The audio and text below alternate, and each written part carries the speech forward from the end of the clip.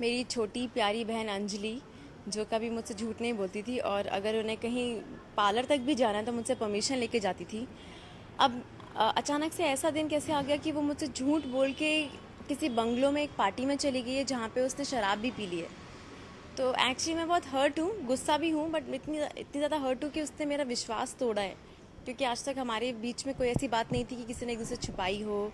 पर अभी वही है कि ऐसा क्या हो गया कि उसको मुझसे झूठ बोल के एक पार्टी में जाना पड़ा। क्योंकि बहनों में प्रीति सॉरी सोनिया और उसकी सारी बहनों में तो काफ़ी लगाव है, साथ में रहती है। इतना सब कुछ तो ऐसा कुछ तो हुआ होगा, शायद सोनिया ने क्या कहीं ना कहीं अपना विश्वास बहनों पर से टूटती जा रही है सोनिया को, नहीं, तो इसलिए एक्चुअली झूठ बोलना पड़ा। विश्वास तो नहीं, मुझे लगता है कि जिस एज ग्रुप में वो है उसको बहकाना बहुत आसान है। She is a teenager. तो अगर आप उसको एक ऐसी साइड दिखाओगे जहाँ पे नाच गाना मस्ती है, पढ़ाई नहीं है और अच्छे अच्छे ड्रेसअप होना है, घूमना फिरना है, तो आई थिंक वो बहुत इजीली उसकी तरफ अट्रैक्ट हो जाएगी। तो ऐसा ही हुआ। उसको शायद कुछ सपने दिखाए गए पार्टीज़ के, तो उसने काफ़ी डर रही थी वो एक्चुअली। बट हमारे घर में से किसी ने उसके सर पे हाथ रखा, आई एम श्योर कि उसको वहाँ तक पहुँच गई वो। आपको क्या लगता है कि ये सब जो भी हुआ है, शराब पीकर आना और ये सब, इसमें किसका हाथ हो सकता है? मुझे अपनी बहनों पे इतना विश्वास तो है कि वो इतनी बड़ी चीज़ खुद नहीं कर सकती हैं।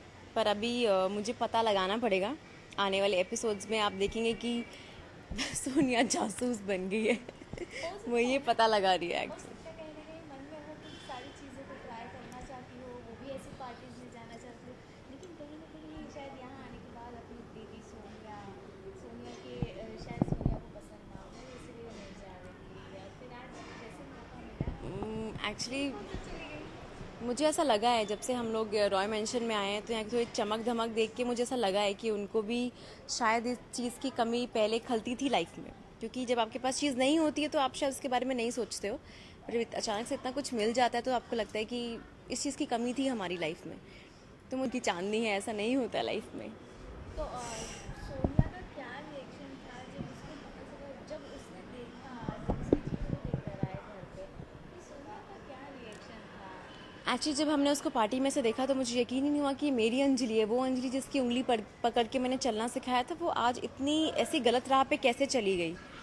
तो मैंने उससे बात करने की कोशिश की, मगर वो बार बार एक ही बात बोल रही थी कि सॉरी दी, मैंने कुछ नहीं किया, मैंने कुछ नहीं किया, जबकि मुझे मालूम है कि सब कुछ उसने ही किया है। तो मैं उसको बस वहाँ पे उसके हाल पे छोड़, बहुत गुस्से में थी एक्चुअली।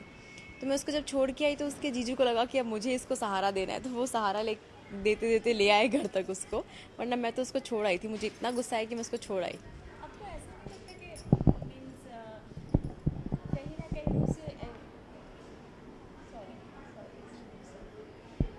हाँ, मेरा बोलने का मतलब ये था कि आपको ऐसा नहीं लगता कि उसे ज़रूरत है अभी, आप उसका रिएक्शन, जो आप काफ़ी गुस्सा हो चुकी हो उससे, तो कहीं ना कहीं उसे समझाने की कोशिश नहीं करेगी जो तूने किया है वो गलत है, या फिर उसे माफ़ करने को क्या, माफ़ तो, गलती तो बच्चों छोटों से ही होती है। सुनिए, आज की जनरेशन में जैसे कि उनके एज के बच्चे भी ये सारे इंजॉयमेंट करते रहते हैं, तो सोनिया को ऐसा नहीं लगता कहीं ना कहीं मेरी बहनें भी अगर मेरी बहन ने आज किया है तो चलिए कहीं ना कहीं वो भी एक एज ग्रुप में है, टीनेजर है, होता है, शायद वो भी कर सकती है। हाँ, आई एम श्योर ऐसे होता है कि जब टीनेजर्स होते हैं तो आपको पार्टी म्यूज़िक ये सब बहुत पसंद होता है, दोस्तों के साथ घूमना फिरना। बट उसने कभी ये सब चीज़ें मुझसे शेयर नहीं की, तो मुझे कभी लगा नहीं कि उसकी ज़िंदगी में इन चीज़ों की कमी है। अगर ऐसा कुछ होता तो शायद मैं भी कभी कभी उसको जाने देती, घूमने देती, मिलने देती, पर उसने आज तक कभी मुझे बताया नहीं। और अचानक से अगर वो ऐसा कुछ करेगी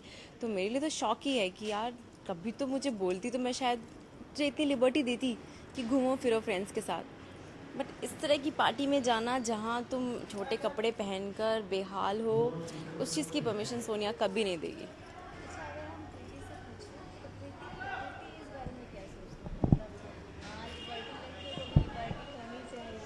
प्रीति को ऐसा लगता है कि ठीक है, पार्टीज़ करनी चाहिए, घूमना फिरना चाहिए, दोस्तों से मिलना चाहिए, सब कुछ करना चाहिए, मगर हर चीज़ लिमिट में करनी चाहिए। Okay, thank you. या क्या थैंक यू। कहना चाहेंगे अपने दर्शकों को? व्यूअर्स को मैं यही बोलना चाहूँगी कि आप हमारा शो ऐसे ही देखते रहिए, एक रिश्ता ऐसा भी, ओनली ऑन सोनी पर, Monday to Friday 8 PM।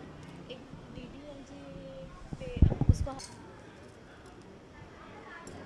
Preeti DDLJ हमने तो कई बार देखी है, उसको 1000 वीक्स पूरी हो जी, चुकी है, क्या कहना चाहेंगे? यही कहना चाहूँगी कि जब से होश संभाला है शाहरुख खान की फ़ैन है, और DDLJ तो दिल के बहुत करीब है, उसको 1000 वीक्स हो गए हैं।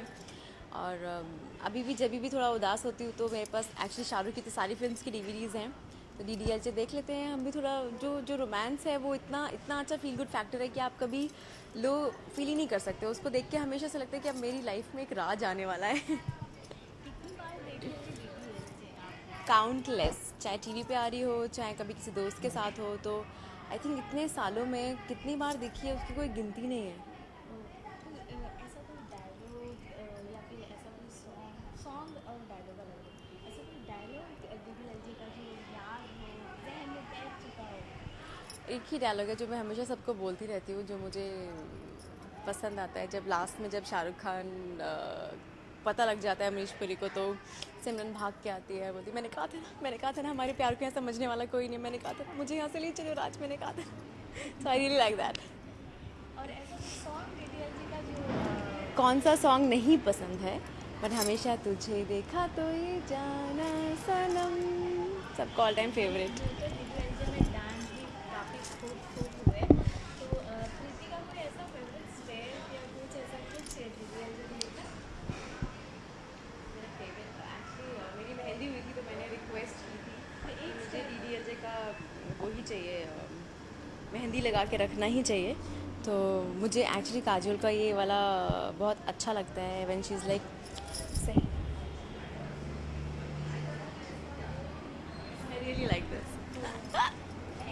Thank you. Thank you so much.